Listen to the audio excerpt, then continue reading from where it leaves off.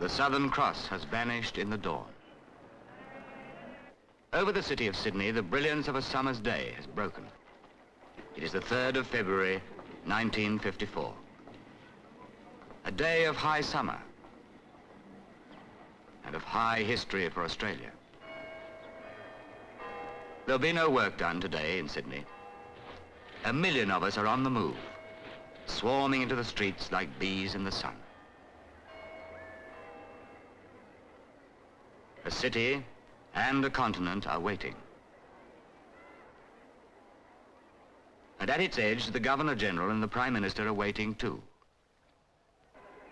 For a queen is coming. A queen we have never seen.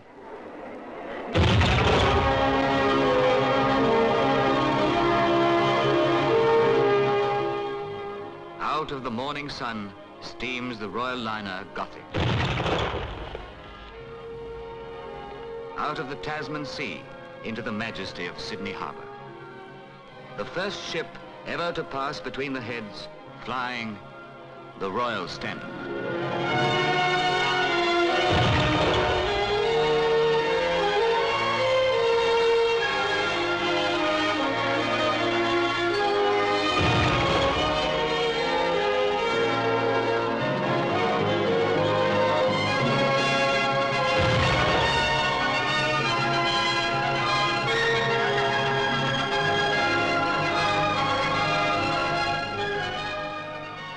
In the great white ship, riding at anchor, royal as a swan, is the Queen we have never seen.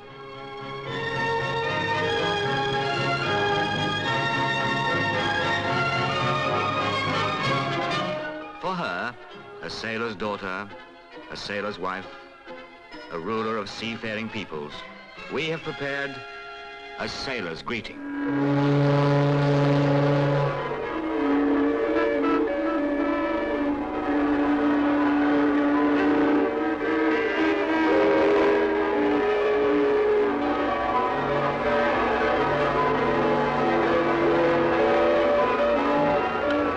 To the shores of this, her southern realm, the royal barge bears Elizabeth II.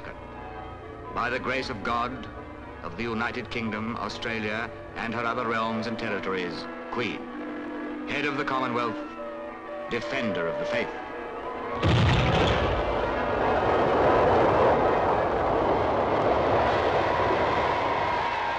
At Farm Cove, on the very spot where Australian history began, Sir William Slim and Mr. Robert Menzies welcome her ashore. They speak for 9 million people spread across 6 states.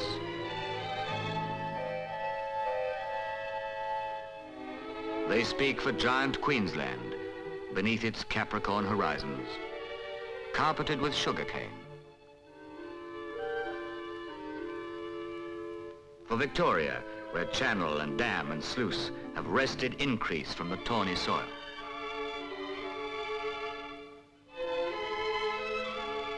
For boundless Western Australia, where the axis sound through the towering Karri forests.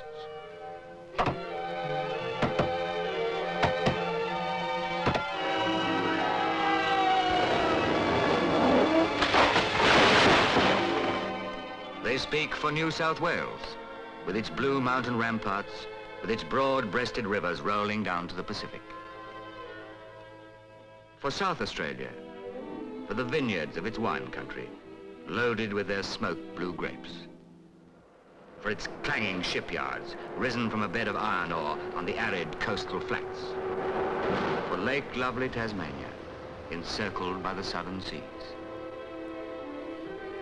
They speak for a land of shy and gentle creatures, of the marsupial survivors of a time-lost world, of the emu pacing his pavan in the sand, of the lazy, lovable koala cuddling the gum tree in his furry arms. They speak for a continent among the oldest in its being, among the freshest and most fruitful in its modern doing, where wiry stockmen ride cattle stations 5 times and more the size of Cornwall or County Clare. where the sheep move like rivers on the plains, like white clouds across the hills.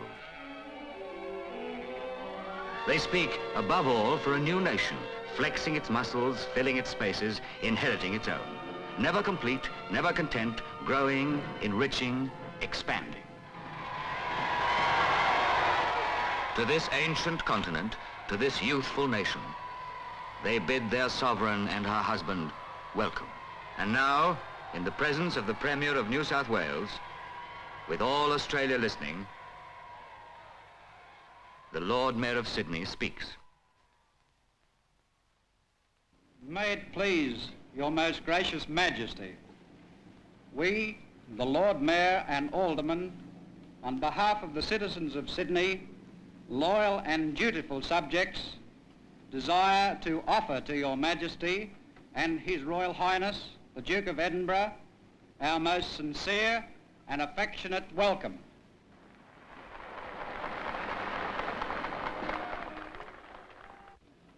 My Lord Mayor, I thank you and your aldermen most sincerely for the welcome you have given me and my husband on behalf of the citizens of Sydney. Only 166 years ago, the first settlement was made not far from where we stand by Captain Phillip and his small band of Englishmen.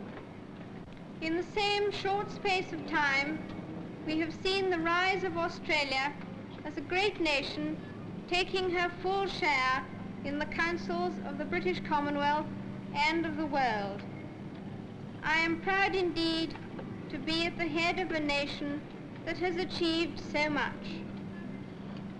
Standing at last on Australian soil, on this spot that is the birthplace of the nation, I want to tell you all how happy I am to be amongst you and how much I look forward to my journey through Australia.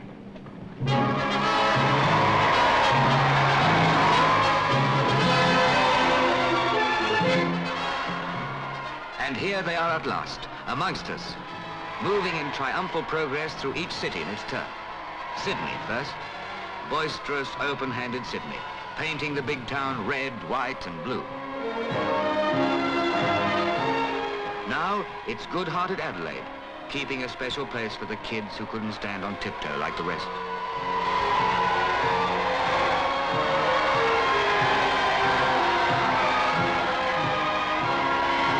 The twin cities of Tasmania see them too, venerable Hobart nestling at the cool feet of Mount Wellington. And Launceston, where the Tamar flows between the waves of apple blossom.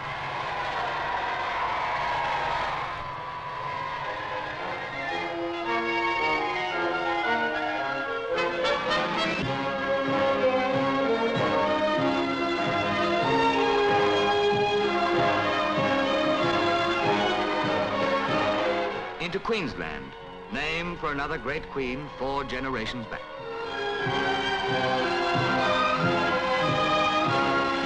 Through Brisbane, friendly, easygoing Brisbane.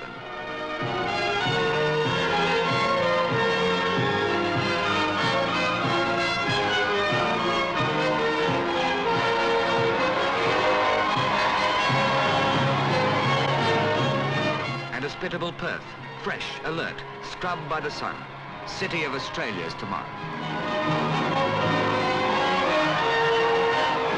Down into comfortable Melbourne, staid and prosperous, with its streets as wide and as long as memory.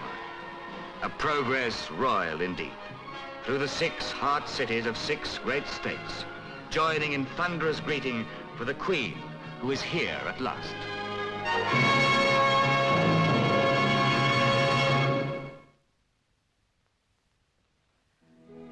Barely a generation ago, it was a sheep station. Now it's Canberra, the capital.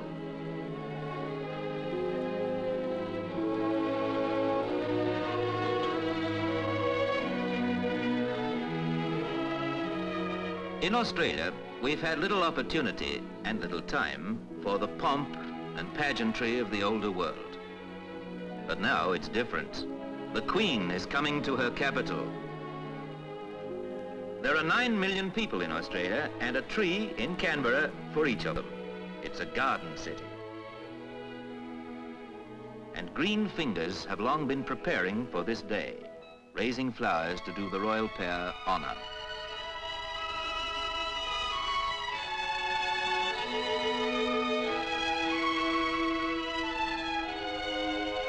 First came the civic reception from the people of the city. A city, by the way, that's just about the same age as the Queen herself.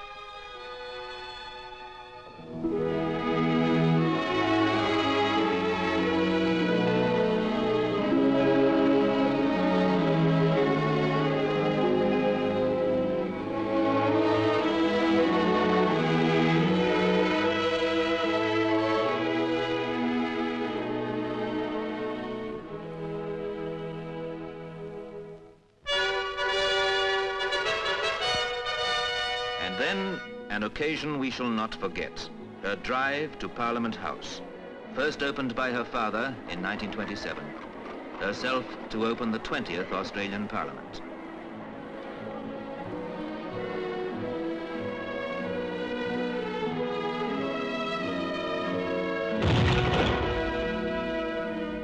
She came as the living symbol of the unity of Crown and people, wearing for us the dress that she had worn for her coronation, its cream slashed with the silken sash of the Garter, of all the orders of chivalry, the most noble.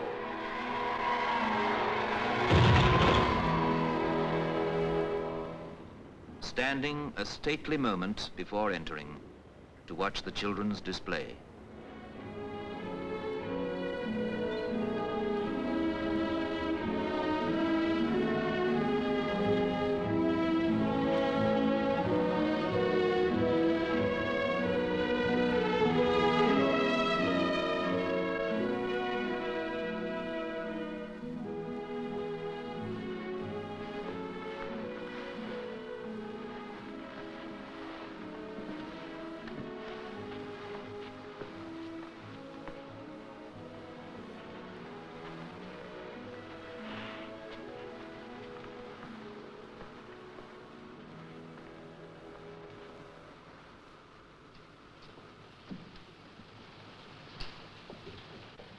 Members of the Senate and members of the House of Representatives.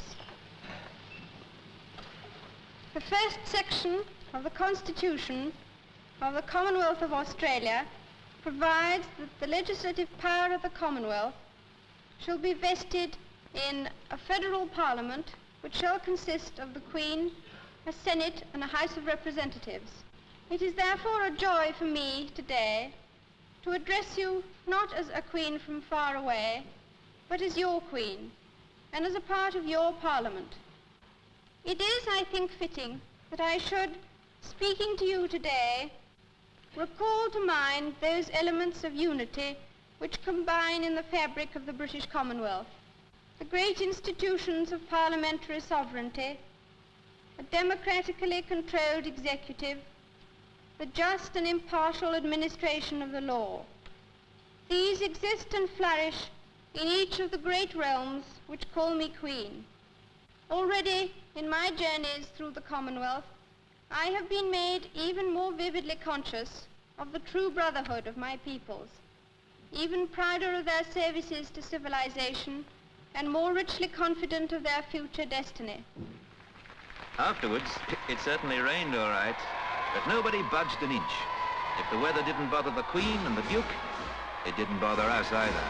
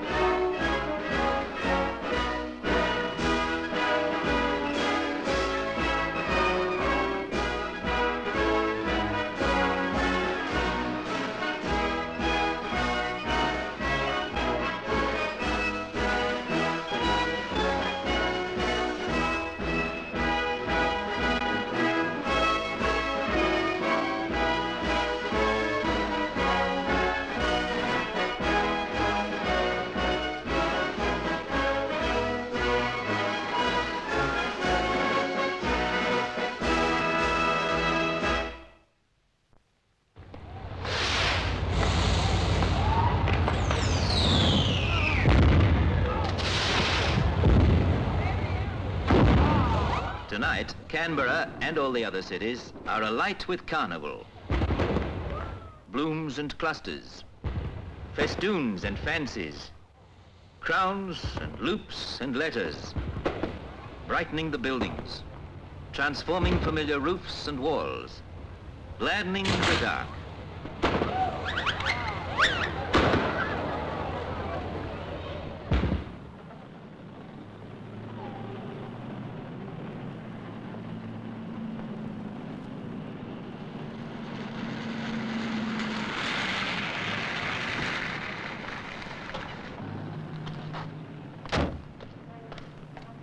And then, swiftly, suddenly, across the traffic's din, across the furthest loneliness of bush and outback, across the gatherings set in the distances, across the seas beyond, a hush falls, and a nation waits. Tonight, the Queen will speak. Ladies and gentlemen, we are interrupting the dancing now so that you may listen to the Queen's speech, which is being broadcast from the State Banquet at Canberra. Thank you.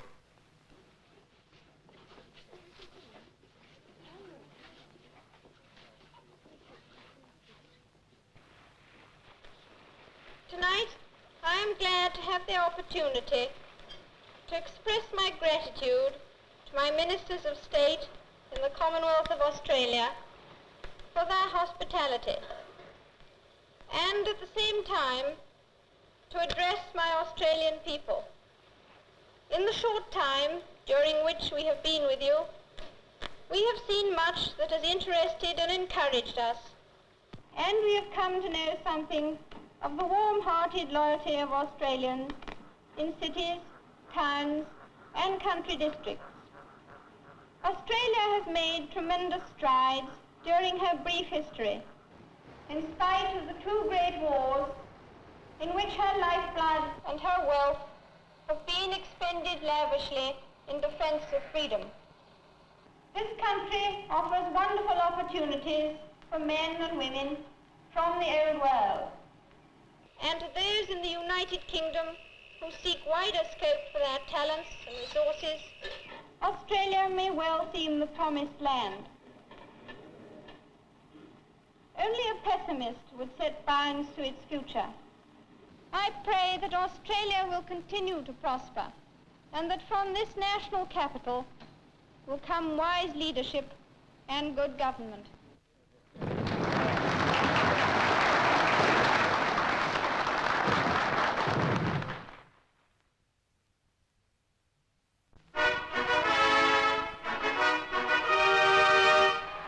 Of course, the big cities had to have their big do's, but when it came to the country towns, why, we just opened our gates and our hearts at our throats. There was Bathurst, for instance, belling out its greeting from the carillon, and a bouquet for the Queen from one of the tots. Of course, she'd rehearsed this for weeks, but when the moment came, she kept her little head fine. There was Elizabethtown in Tasmania, the only place named after the Queen so far. Though if you ask me, there'll be a crop of them after this. A pipe band was out in full strength. In towns like Rochester, the Queen walked so close you could have touched her. Echuca had a present for Princess Anne, a waltzing Matilda doll.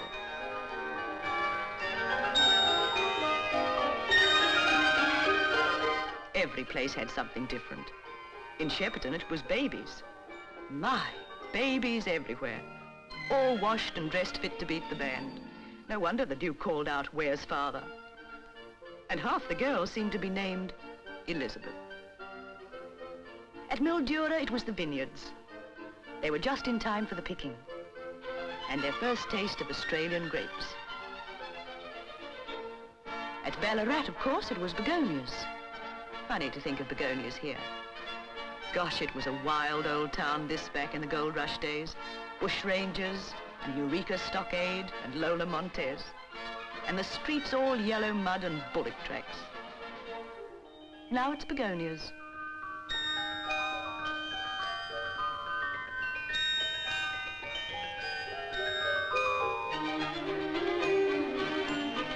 couldn't let them go without seeing Dubbo and the sheep from Eastern Australia.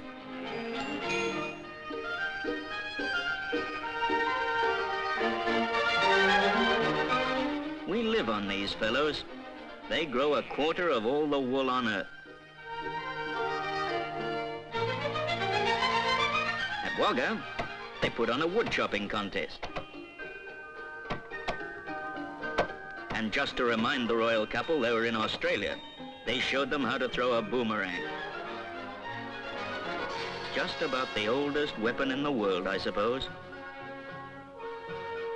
Yes, it really does come back.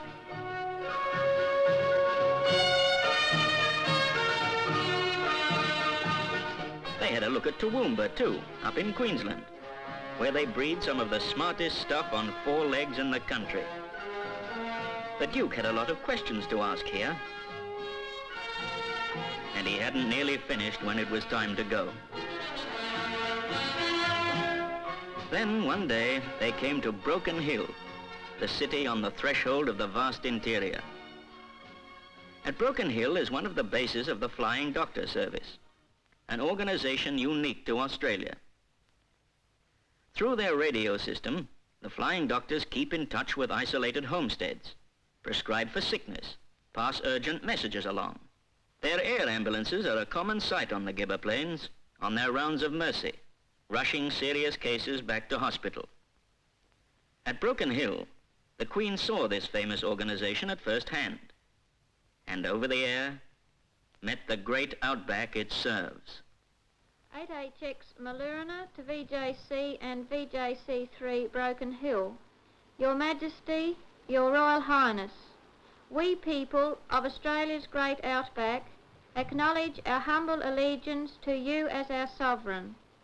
We know you have had first-hand knowledge of the difficulties as well as the joys which surround the lives of the men and the mothers and families who live in these distant parts of your realm. I am speaking from a wireless transceiver 300 miles from Your Majesty at Broken Hill. My family is very isolated, our nearest settlement being 35 miles away. We have one child. However, we would like you to know that the Flying Doctor Service has proved to us one of the greatest benefits of our lives, and that without this great mantle of safety, we mothers would not dare to bring up our families so far from medical help. And now it is our esteemed privilege and honour to present Her Majesty the Queen. My husband and I send to you who are listening, and indeed to all who live and work in the great outback of Australia, our sincere thanks for the kind words that have just been spoken on your behalf. Many Australians I have met in the United Kingdom and in Australia since I have been here have spoken to me with unstinted admiration of you men, women and children who have made your homes in the bush. They have told me of your fortitude, your courage, your humour and your friendliness, and of the magnificent way in which you have overcome the problems of living in this region of vast distances and great loneliness. Now that I have met some of you and seen from the air something of the immense and challenging country in which you live, I know that they were right. I am especially glad to be able to speak to you from the Flying Doctor base, for I've heard so much of the work of the Flying Doctor Service and of the security and comfort it brings to every part of the outback. I would like to take this opportunity of paying my tribute to its founder, the late Reverend John Flynn, and of expressing my admiration to all those past and present who have contributed to its splendid work. I send you all my best wishes for your health and happiness. Wherever freedom has been in peril, there have Australians fought. Between the Queen and the veterans of her forces, there was a special bond of loyalty. At Melbourne Cricket Ground, the royal couple met some of Victoria's tried campaigners. VCs, every one. They saw, too, something of the legacy movement, that warm-hearted Australian plan whereby the children of the fallen are cared for by their comrades who survive. In Adelaide, more VCs and more experiences to be exchanged.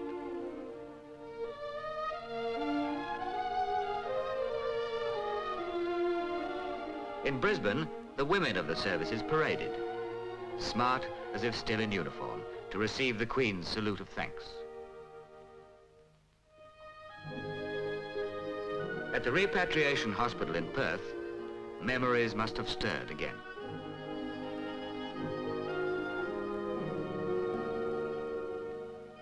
For in the grim days when Australians were hanging on in New Guinea and in the Western Desert and Crete, the heir to the throne, as she was then, was in khaki overalls servicing army lorries. And Prince Philip, her future husband, was at sea in a British warship. What better medicine for a wound than this reunion?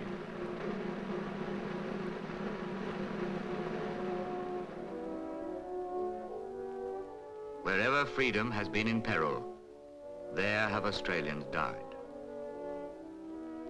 We enshrine their deeds in stone, lest we forget. Nor did the Queen and the Duke forget the men who never came home. At the National War Memorial at Canberra, they paid their tribute, kissed their personal flowers.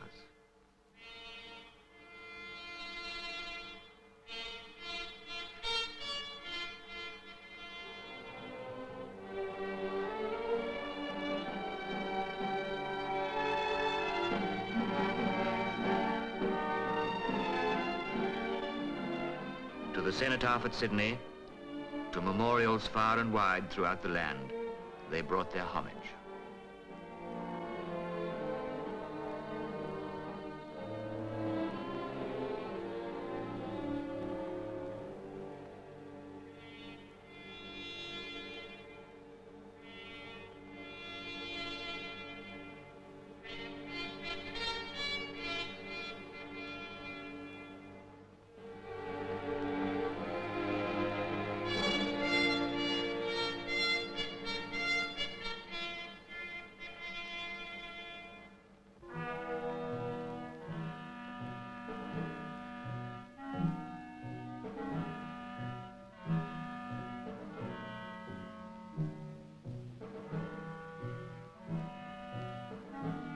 They came to the memorial at Hobart, and beside them seemed to stand, in silent gratitude, all the nations of the British Commonwealth.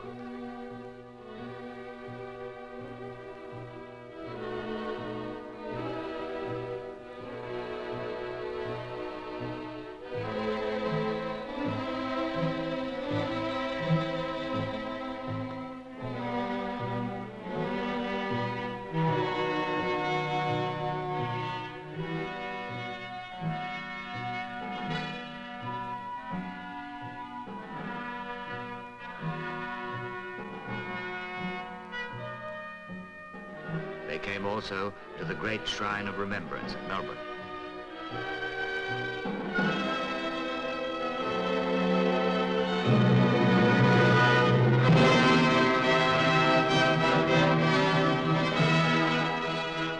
Here, the Queen was to light a flame and dedicate a new forecourt in memory of those who lost their lives in the Second World War.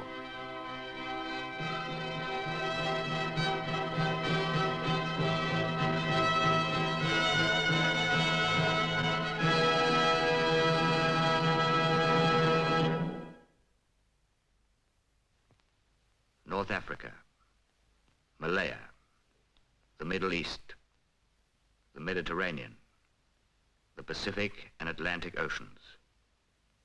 At each and all, Australia left her dead. And then the Queen unveiled a soaring shaft at Canberra, a thankful tribute to the staunch help sent by the United States in our darkest days. She spoke again the mighty words of Lincoln. It is for us, the living, to be dedicated here to the unfinished work which they who fought have so far so nobly advanced.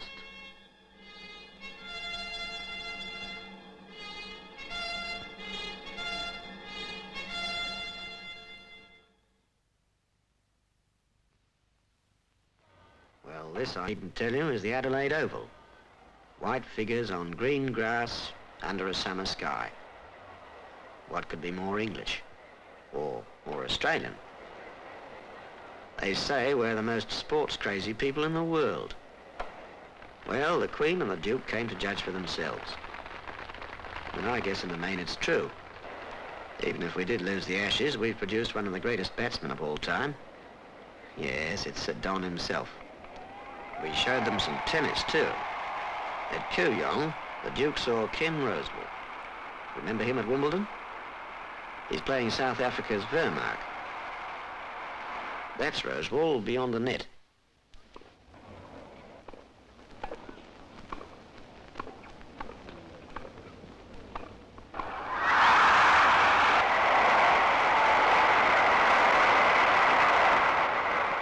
Later, the Queen arrived to see a real battle of giants in the doubles. Rosewall and Hoad against Seagull and Williams.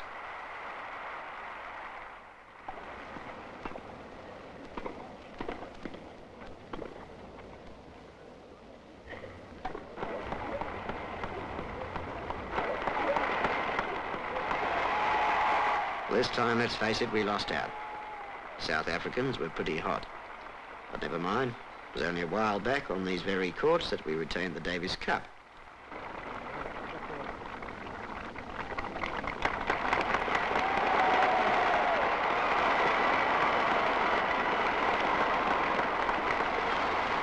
If racing is the sport of kings, it's certainly the sport of both Australia and its Queen.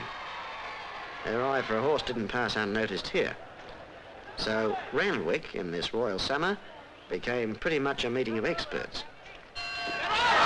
First out were Blue Ocean and Blue Lady. Jumped out in front of the Harbour, Regal Glitter, Head Stockman, Devil's Wing and Forest Land. Going round the turn out of the straight past the mile and a quarter, and Blue Ocean, as usual, has taken up the running by several lengths from the Harbour. And 4 lengths away comes Euphrates, with Tony down just behind him, falling back a little. Regal Glitter ahead of the others. Coming around the bend into the straight, and Blue Ocean is in Tracy's lead. Racing about 4 lengths in front of Euphrates, still holding a big lead. Shows the way well to Advocate Euphrates, double rank coming home well, and then Carrioca and Gallant Archer, but Blue Ocean goes on to win it well. Blue Ocean first, Euphrates second, Advocate third. Later on, we all had another big get-together at Flemington. This time for a very special event, the Queen Elizabeth Stakes. All the experts had a cert on this one. They fairly queued to get rid of their money. Who wouldn't when this was at stake?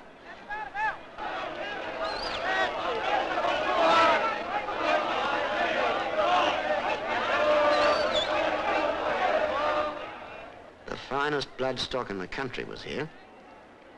All you had to do was to spot the winner among a field of winners. They'll be at the gate any moment now, and under starters' orders. All right, every man for himself, they're off.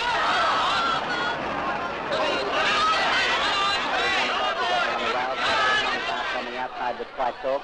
Making a home turn, a little more than 3 furlongs to go, and Aldershot is still well clear of Wadala. Chromus is in third place on the rail, Flying Halo over on the outside with Olympic Girl and next. Chromus is the leader, Flying Halo on the outside, Aldershot the beaten horse, and Olympic Girl finishing on. Chromus the leader near the place, Flying Halo on the outside is gathering him up at every stride. Purcell riding vigorously, the colt's going to win it. Chromus first, Flying Halo second, Olympic Girl third, followed by Wadala, and then came Aldershot.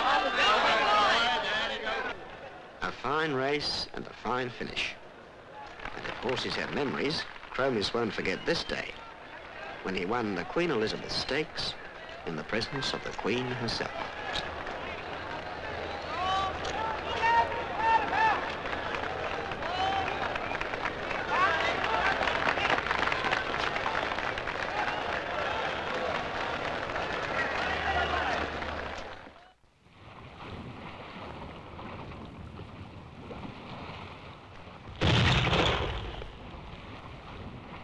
The Queen had her first glimpse of the fighting services when ships of the Royal Australian Navy met her at sea and escorted her into Sydney.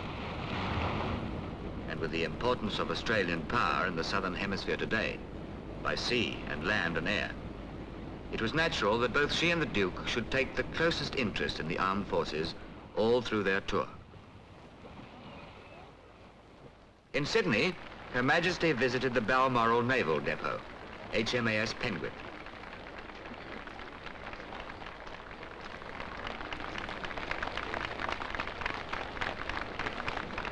Here, she reviewed the ship's company, spick and span in summer white.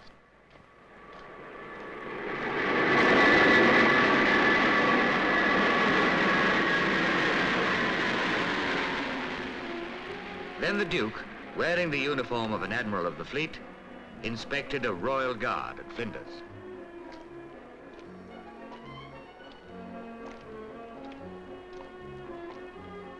More than a routine inspection, this, for a practiced sailor's eye was on officers and ratings alike, and on the cadets.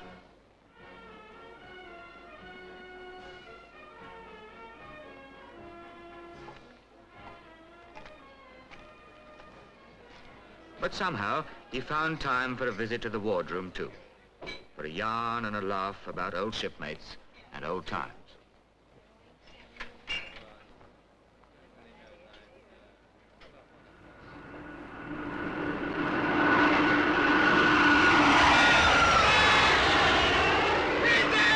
It was Point Cook's turn, and an occasion of special pride.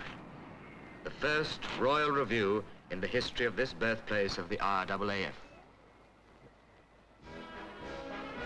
From here, Australia sent her aces to the dogfights of the First World War, then to the Battle of Britain, to Africa, to the Pacific, to Malaya, to Korea.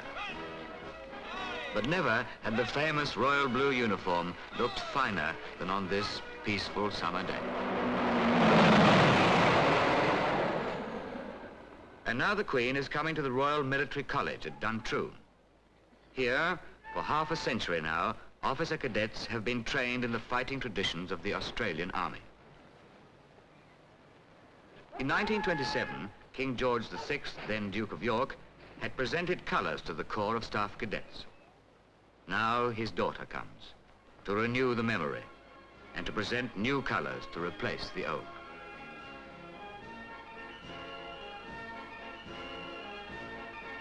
Attended by the Commandant, Her Majesty inspects the Corps.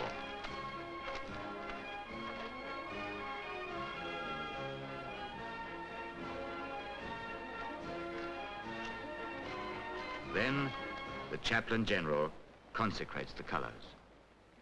Forasmuch as men at all times have made for themselves signs and emblems of their allegiance to their rulers and of their duty to uphold those laws and institutions which God's providence has called them to obey, we, following this ancient and pious custom, are met together before God to ask his blessing on these colors, which are to represent to us our duty towards our sovereign and our country. A moment of solemnity in the life of any corps, and uniquely so today. For the colours hold a twofold significance. In them is embodied allegiance to the crown. In them resides the spirit of the corps itself.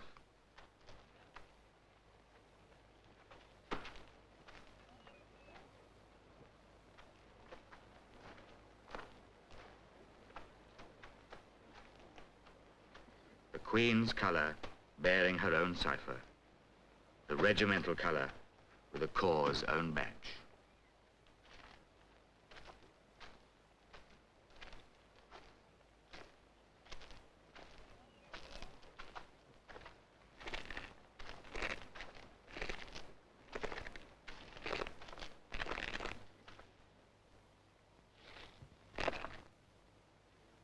And now, the Queen and the Duke receive the salute of the corps, marching past in slow time. Right on the right! Slow! March!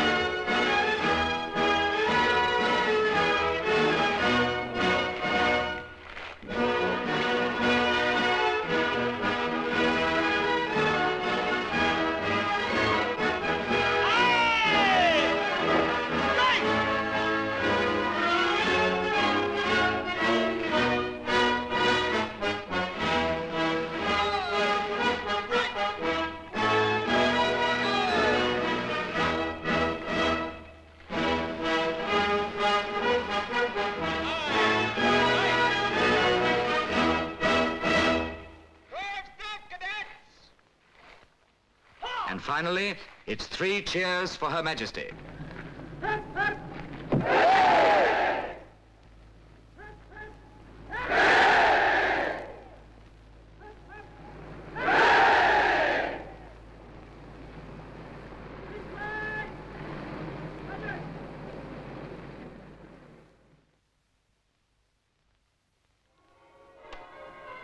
St. John's Church, Canberra.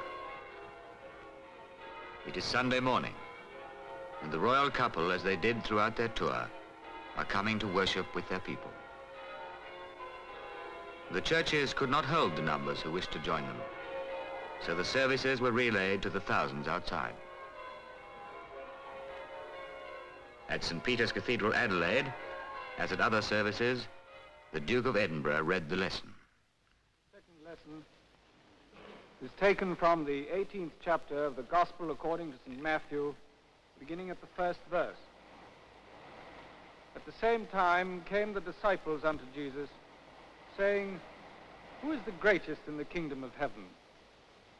And Jesus called a little child unto him, and set him in the midst of them, and said, Verily I say unto you, except ye be converted, and become as little children, ye shall not enter into the kingdom of heaven. Whosoever therefore shall humble himself as this little child, the same is greatest in the kingdom of heaven. And whoso shall receive one such little child in my name, receiveth me.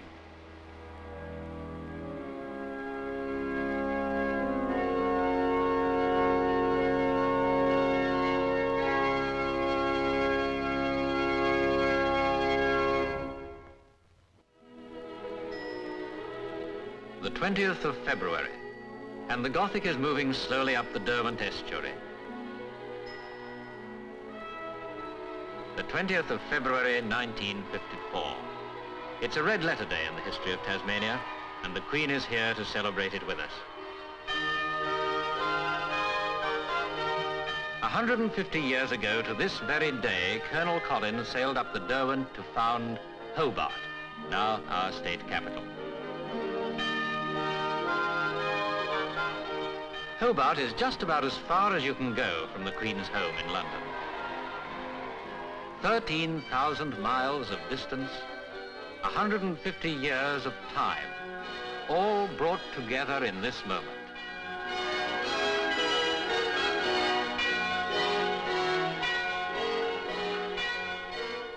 It made you wish that Collins could have been here himself to see what we've made of the island home he left us.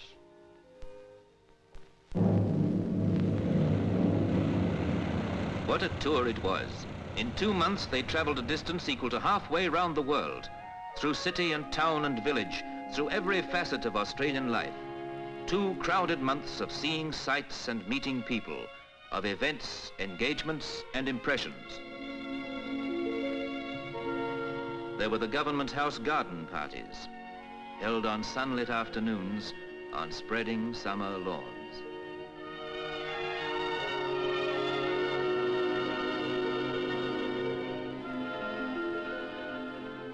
Sydney, and the Queen inspects a troop of mounted police, whose horses have received a course in etiquette.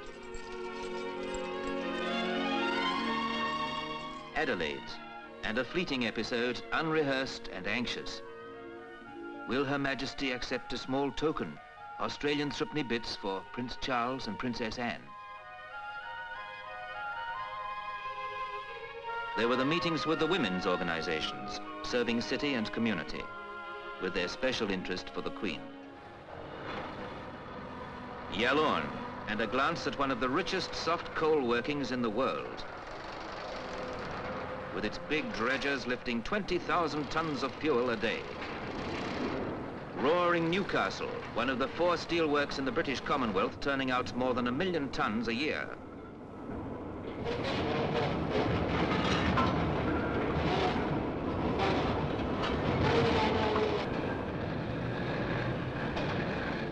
Opera, concerts, ballet.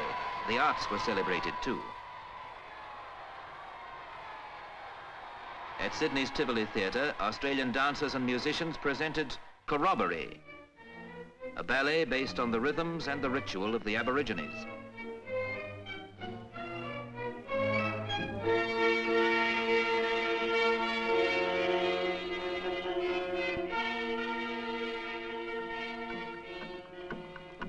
Whyalla, and the real thing as it was done in the Stone Age.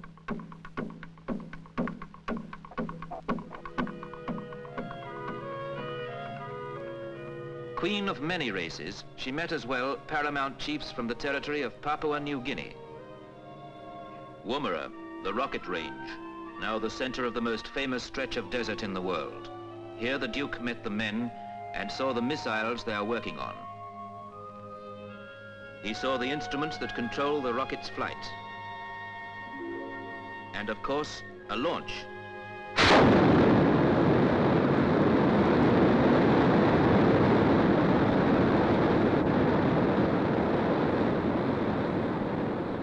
He left his own mark here in the South Australian desert, did some of the spade work himself, then called in an eager pair of hands to finish the job.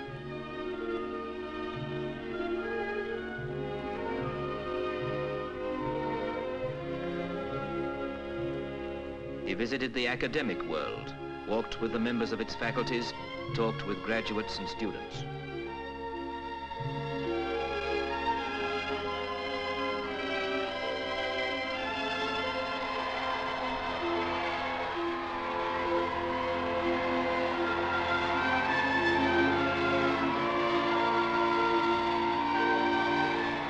At Canberra, he opened a new wing of the Australian National University.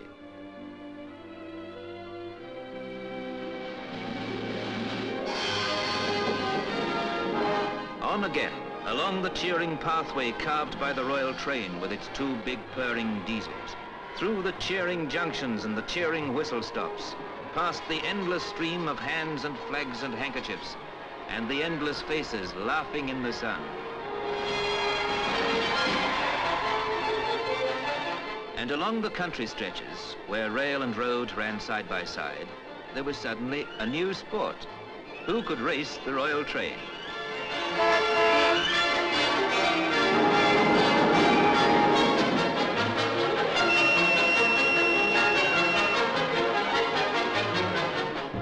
"4,000 miles on land and sea, 10,000 in the air. Across horizons ceaselessly unfurling, across the grey and green and gold, across the rolling reaches of the desert and the Somme.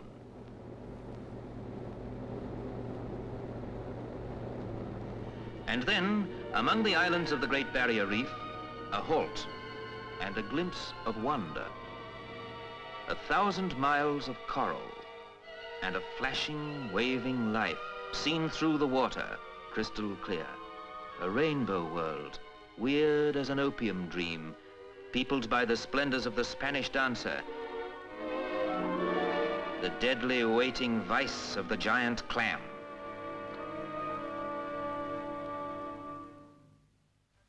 She was a pearling lugger, and she was heading down the Queensland coast. At the same time, back in the interior, an old jalopy was loading up. Aboard the lugger were a group of men from Thursday Island in the Torres Strait. Aboard Old Faithful, a settler's family, out for the day of their lives.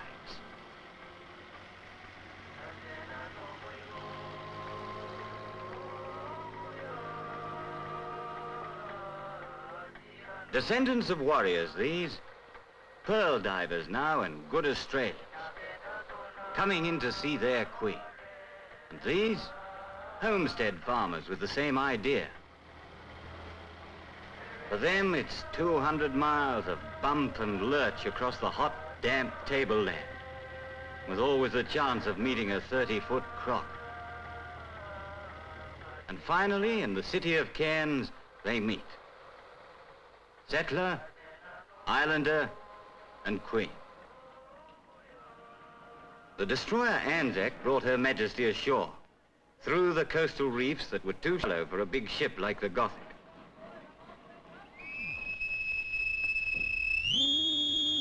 And Cairns has something special to show its royal visitors, something they won't see elsewhere.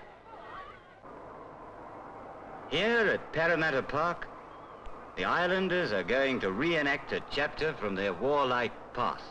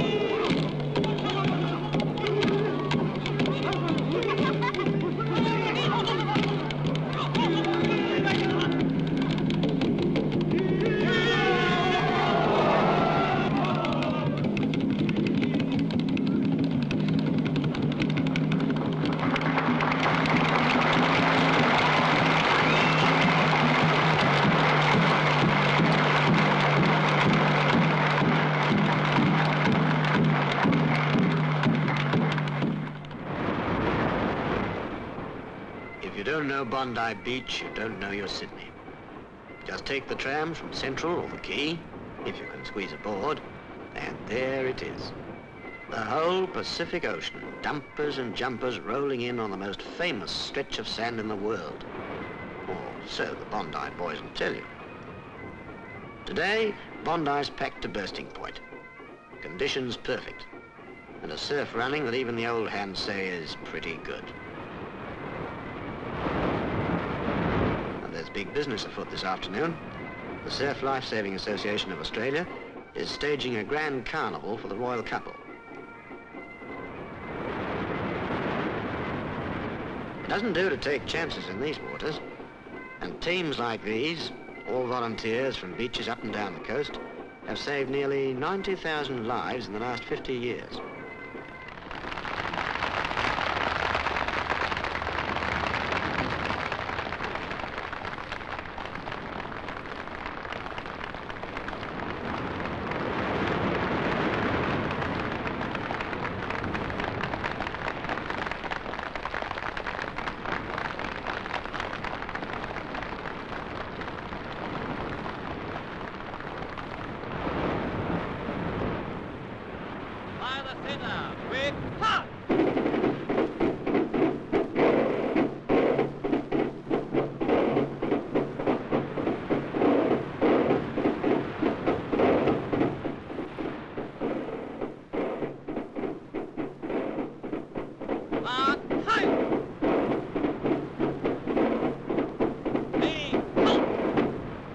Lifesavers are going to show the Queen and the Duke what they can do, and what the Pacific surf can do to them. Right. All set. Here we go.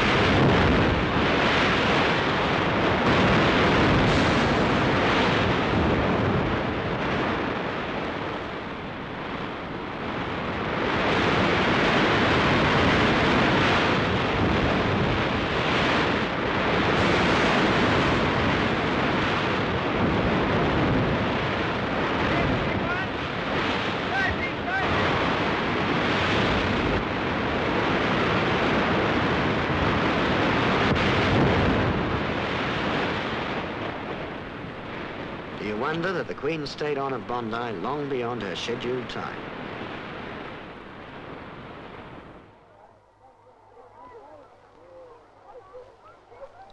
And last, but certainly not least, it was the children's turn.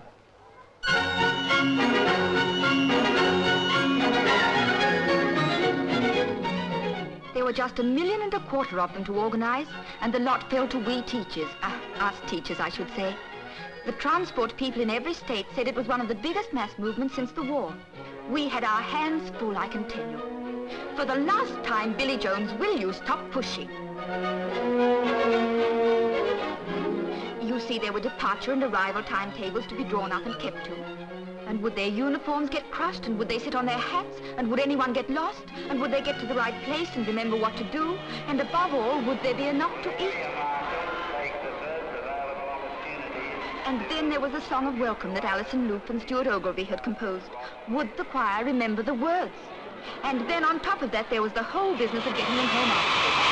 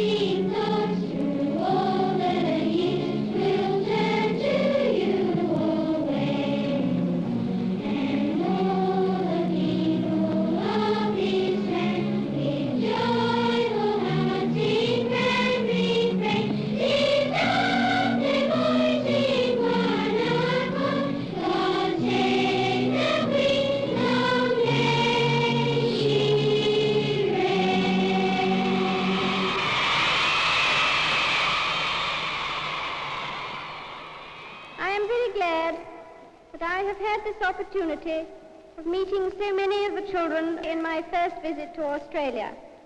For it is you who will guard the safety and guide the destiny of this country in the years to come. And I feel sure that you will be worthy of that great trust. I wish you all happiness now and in the future.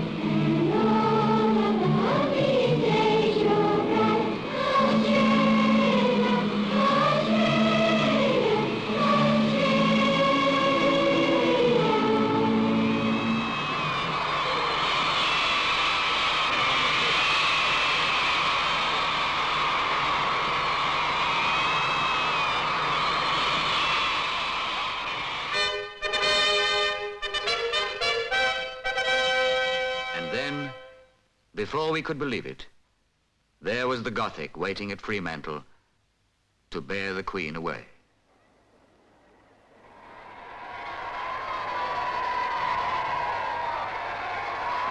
From Tasmania to the Barrier Reef, from Sydney Harbour to the Western Plains, for 2 months our royal visitors had moved among us, met us in our millions, been our own. And now the time for leave-taking had come.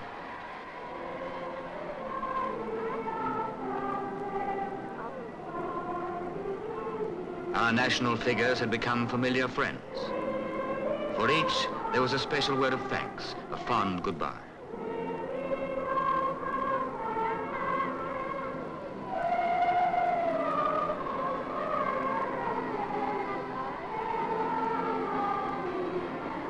I want to express my gratitude, she said, to all those who have been concerned with this tour. The government and states, the military and civil services, and to all the civic authorities and voluntary organizations who have not spared time or effort on my behalf and on behalf of the people. Our thanks go to you all for your welcome, your hospitality, and your loyalty. Then the Queen turns to the Governor-General, her own representative in this Southern Commonwealth. Goodbye, and thank you all.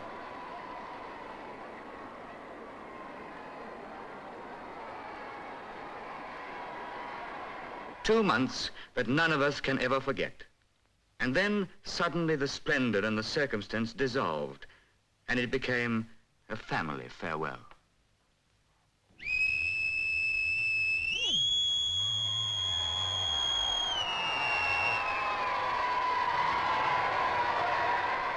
They were leaving us, and in this moment we realized how sadly we should miss them.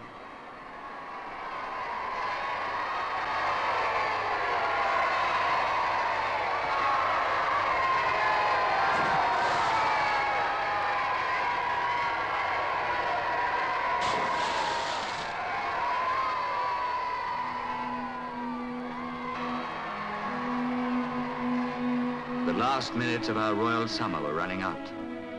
The gulf between was widening.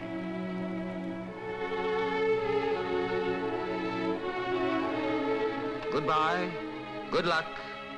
Australia's heart goes with you both.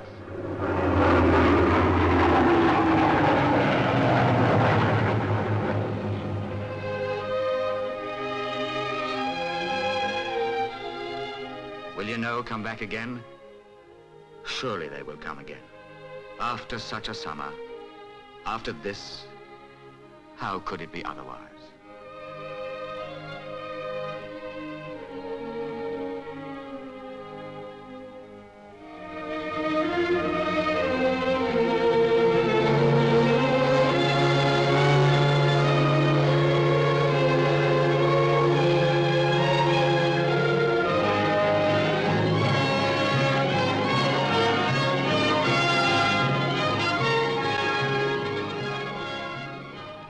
Elizabeth of Australia. She had come to us out of the Tasman Sea, out of the morning sun. Now she sailed away into the westering evening, into the Indian Ocean. God speed you both and bring you back again.